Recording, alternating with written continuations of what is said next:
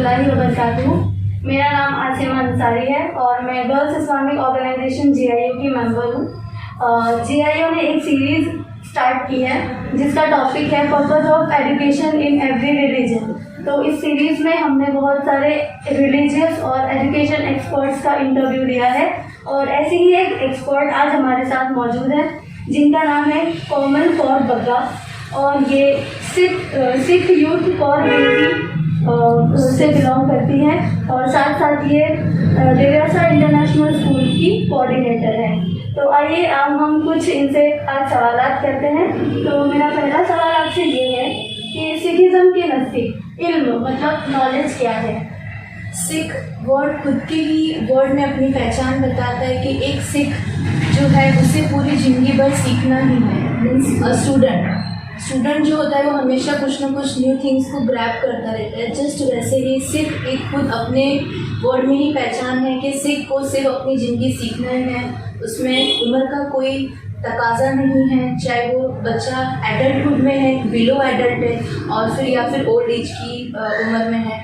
सिख हमेशा सीखता ही रहता है और वो ज़िंदगी भर वो शिक्षा को प्राप्त करने के लिए एवरी टाइम रेडी है। जी ठीक है। तो ये जो आपने बताया नॉलेज इल्म इसको आप इल्म कहते हैं, तो इल्म ये हासिल करने का आपका मकसद क्या है?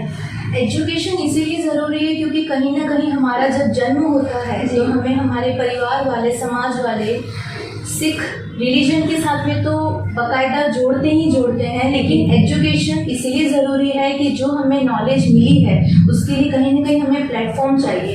प्लेटफॉर्म में जो रुकावटें आती है वो हमें एजुकेशन से ही उसका जस्टिस कर पाएंगे कि ये रुकावटों का क्या मसला हो सकता है, मतलब किस तरीके से उसका सॉल्यूशन लाएंगे, प्रॉब्लम्स क्या आ रही है वो जस्टिफिकेशन करने के लिए हमें रिलीजन के साथ साथ में एजुकेशन बहुत ज़रूरी है।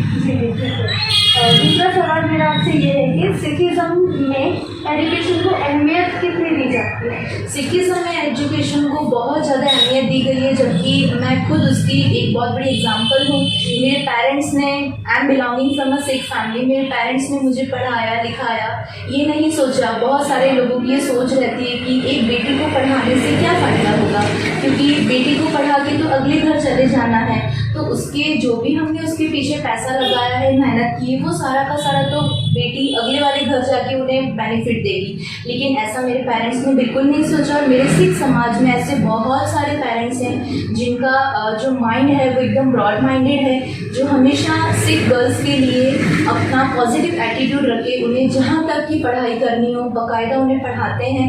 अगर किसी फैमिली को फाइनेंशियली कोई प्रॉब्लम भी रहती है तो हमारा सिख जो हमारा रिलीजन है, उसकी कम्युनिटी है, वो तत्पर हमेशा तैयार रहते हैं गर्ल चाइल्ड को एजुकेशन प्राप्त करने के लिए। इसीलिए बहुत ही इम्पोर्टेंस है हमारे सिखिज़्म में एजुकेशन। जी ठीक है, थैंक यू।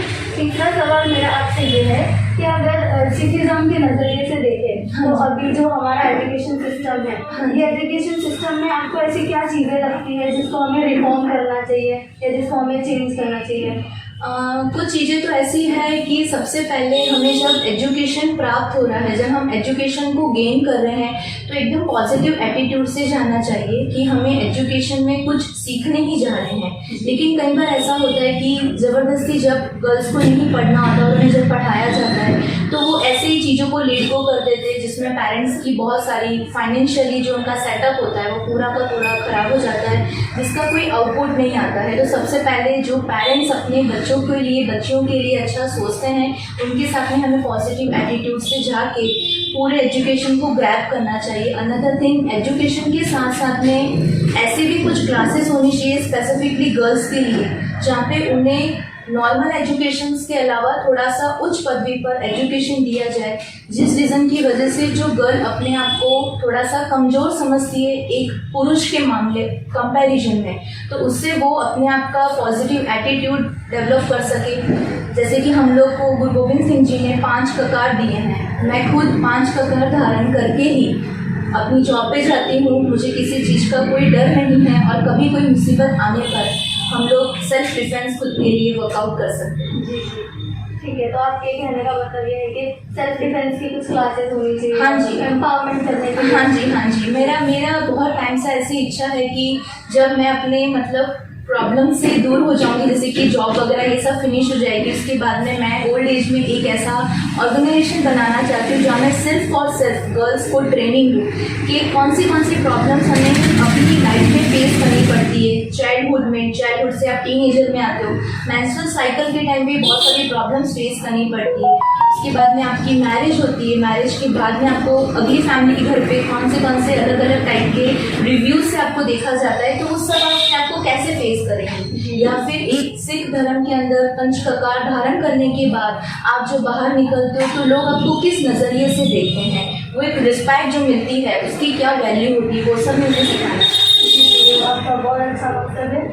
और चौथा सवाल मेरा आपसे ये है कि जैसे कि एक होती है मजहबी एजुकेशन, हाँ जी, सिखिज्म की एक एजुकेशन होगी, हाँ, और एक होती है स्कूल एजुकेशन। हाँ जी। तो जैसे अभी बात चल रही है कि गीता को स्कूल एजुकेशन में शामिल करें, तो इसी तरह से अगर हम मजहबी एजुकेशन को स्कूल एजुकेशन के साथ कंपाइल करके अगर हम पढ़ाएं, हाँ, तो इसके बारे में आपकी क्या राय है? सिख रिलीजन के अंदर ऑलरेडी बहुत सारी ऐसी हमारे पास में हिस्टोरिकल बुक्स हैं जिनसे गर्ल्स जो हैं वो एजुकेट हो सकती है, अपने एजुकेशन को सिखिज्म के साथ में को रिलेट जरूर कर सकते हैं। लेकिन जहाँ हम स्कूल के अंदर नॉर्मल स्कूल जब हम जाते हैं तो वहाँ पे संस्कृत का लेक्चर होता है, हिंदी का लेक्चर होता है, गुजराती का लेक्चर होता है, लेकिन कहीं पे भी मैंने ऐसा नहीं देखा कि जिस रिलीजन से वो बच्चा आ रहा है या फिर वो बच्ची आ रही है उसको उसके अकॉर्डिंग नॉलेज दी जाए। तो कहीं ना कहीं अगर गवर्नमेंट इस चीज़ के लिए थोड़ा सा सोचे तो हम लोग जो गर्ल्स अब अलग अलग फैमिली से आ रहे हैं तो उनको हम लोग उस सब्जेक्ट रिलेटेड उनको नॉलेज दे सकते हैं। जैसे कि फॉर एग्जांपल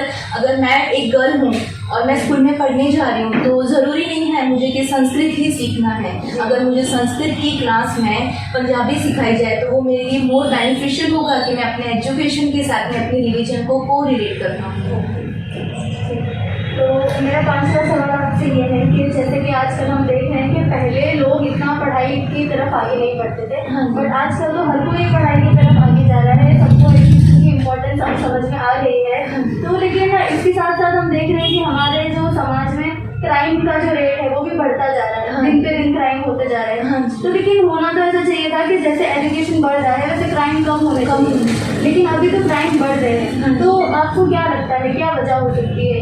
मेन रीज़न है कि कहीं ना कहीं हमें पावर मिलने पर हम उसका मिस यूज़ करते हैं। तो सबसे फर्स्ट थिंग तो यही है, आइदर अ बॉय और अ गर्ल, उन्हें दोनों को सोचना चाहिए कि हमें जो हमारे रिलीजन से पावर मिले हैं उनका हम सही तरीके से यूज़ करें, ना कि मिस यूज़ करें। क्योंकि मिस यूज़ करने से कहीं ना कहीं हम किसी को ठेस पहुँचा रहे हैं, किसी को हर्ट कर रहे हैं, जो हमारे सिख रिलीजन में बिल्कुल भी नहीं है। हम प्रेम, प्यार, ब्रदरहुड और मनुष्यता के लिए वर्क करते हैं। तो हमें हमेशा उसी मार्ग पे चल के गुरु गोविंद सिंह जी, गुरु ग्रंथ साहिब जी, गुरु नानक देव जी, इन तीनों ग्रंथ साहिब जी के अंदर बहुत ही अच्छी तरीके से 10 गुरु साहिबान की जो वाणी है वो हमें यही सिखाती है कि आपको अपनी लाइफ में मनुष्यता के लिए काम करना है, ना कि पर्सनल किसी चीज़ के लिए। तो हम उसका मिसयूज़ जब तक ना करें तब तक ये प्रॉब्लम्स का सॉर्ट आउट हो सकता है। क्योंकि जितना हम उसका मिसयूज़ करते हैं, किसी जैसे कि फॉर एग्जांपल किसी गर्ल को पंचककार है, अब आप हर बार अपने थोड़ा सा पावर दिखाओ कि नहीं मेरे पास में 5 ककार है, मैं स्वॉर्ड रखती हूँ, मैं ये कर सकती हूँ,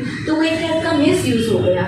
ज़रूरत पड़ने पर गुरु गोविंद सिंह जी ने कहा था कि आप अपने सेल्फ डिफेंस के लिए 100% यूज़ कर सकते हैं, लेकिन उसका मिसयूज़ बिल्कुल भी नहीं करना चाहिए। तो आपके कहने का मतलब ये है कि पावर का मिसयूज लोग करते हैं, इस वजह से हाँ जी, हाँ जी, ठीक है, थैंक यू। छठा सवाल मेरा आपसे ये है कि जो आपने एजुकेशन का पर्पस बताया, तो वो पर्पस को हासिल करने के लिए आपको क्या हर्डल्स फेस करने पड़ते हैं? एजुकेशन के लिए फर्स्ट ऑफ ऑल तो हमें जब हम स्कूल जाते हैं या फिर कोई गर्ल चाइल्ड है वो घर से बाहर निकलती है तो समाज तो यही कहता है यार ये इस फैमिली की बेटी है, इसे क्यों पढ़ा रहे हैं, इसे क्यों इस तरीके का मतलब इतना आगे एजुकेशन प्रोवाइड करे, अच्छी स्कूल प्रोवाइड कर रहे।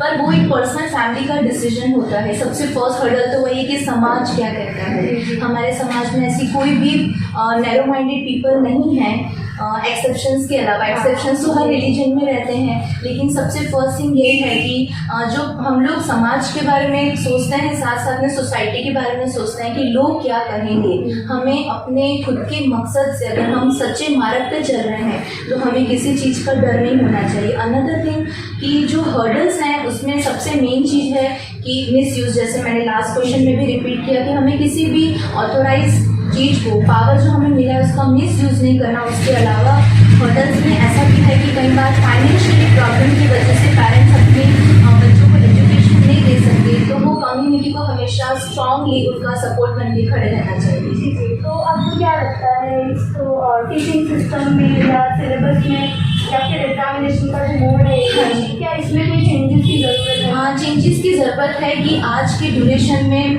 मैं खुद एक स्कूल में जॉब करती हूँ, देवेश इंटरनेशनल स्कूल में, जिसमें सभी स्कूल की नॉर्मली बात बता रही हूँ कि मोस्ट प्रोबेबली हम लोग सिलेबस कितना कंप्लीट हुआ है उस पर ध्यान देते हैं, राइट। जस्ट अभी रिसेंटली मैं अपने स्कूल में रेमेडियल क्लास स्टार्ट करने जा रही हूँ। जो बच्चे वीक हैं, है ना, जो बच्चे इंटेलिजेंट है, उनको पढ़ाना तो बहुत ईजी काम है, कोई भी पढ़ा पाएगा। लेकिन जो बच्चे बहुत ही वीक है उनको इंटेलिजेंट बनाना, उनको एवरेज पे लेके आना, एवरेज से अबव एवरेज और फिर इंटेलिजेंट वाले मतलब लेवल पे लेके आना, वही हमारा मेन मकसद है। और ऐसे अगर हम करते रहेंगे, नंबर ऑफ स्टूडेंट्स का ऐसा नहीं है कि हमारे स्कूल में बहुत सारे एडमिशन होने चाहिए, लेकिन एक स्कूल जो क्वालिटी देती है तो उसीलिए हमें वीक स्टूडेंट्स को अगर हम एवरेज में लेके आएंगे, उनका हम लोग बेस क्लियर करेंगे, तो ये सबसे बड़ा हर्डल है जो स्टूडेंट की लाइफ में से इम्प्रूव होगा, जिससे पेरेंट्स भी खुश होंगे, सोसाइटी को बेनिफिट मिलेगा और वो खुद चाइल्ड भी खुद को मीन्स कॉन्फिडेंट फील करेगा कि अब मुझे कुछ समझ में आ रहा है, स्कूल में अब मुझे अच्छा लग रहा है। ठीक है, एग्जामिनेशन मोड के बारे में? एग्जामिनेशन के पार्ट में मैं कहना चाहूँगी कि सिलेबस वाइज एग्ज़ाम नहीं होने चाहिए।